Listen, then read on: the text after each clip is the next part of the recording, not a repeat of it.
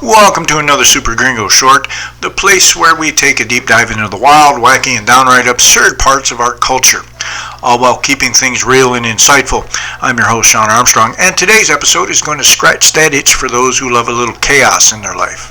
Because, yes, we're losing our minds over books. So let's talk about books, a tool for knowledge, entertainment, and apparently a lightning rod for outrage. You might be thinking, Sean, how can someone lose their mind over a book? Well, stick around, I'll share my experiences, especially when I trigger a few Bob Reich followers with a simple act of literacy. You see, folks, I end up sharing my thoughts on various topics and, in many cases, my books. Not just for education, but to provoke thought. At times, it feels like I'm poking a bear with a stick when I point out how poorly educated some individuals are. But what do I get in return? Yes. 10-word insults. It's like a new form of art. Calling someone a Nazi or fascist in under 10 words. Bravo, I say.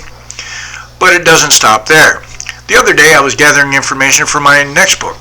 As I started digging deep into some real issues, something clicked. I thought, wow, I really didn't think I needed to say this, but once you lie, I don't have to listen to you anymore.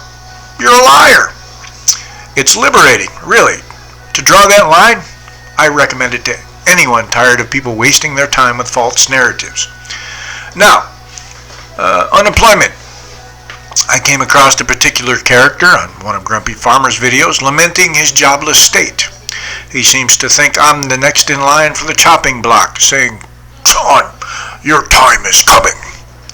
And here's the kicker. I work from home in my PJs, well, actually shorts, writing whenever I want. But it's not about losing jobs, it's about the lack of knowledge that leads to unemployment. Isn't it funny how he thinks I'm the problem when really it's probably the fact that he has no skills for the private sector. Maybe that's why he's out of a job. You know, it makes me think of a quote by the brilliant Oscar Wilde. The public is wonderfully tolerant. It forgives everything except genius.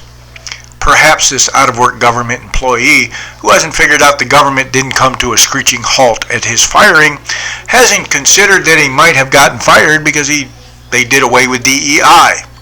You can almost hear the gears turning in folks' heads at the mention of a thought-provoking book, while those who don't read sit back confused, throwing out knee-jerk insults instead. Now, back to books. So here's the takeaway. Books are not just tools for knowledge, they can provoke and empower. They can elicit emotions, sometimes irrational ones, especially mixed with a little ignorance. If you're out there commenting from the sidelines, maybe it's time to pick up a book instead.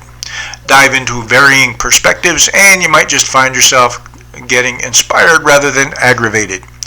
Before I wrap up, I want to give you a huge thanks to all of my listeners. Remember, knowledge is power, and the more you read, the stronger your arguments become.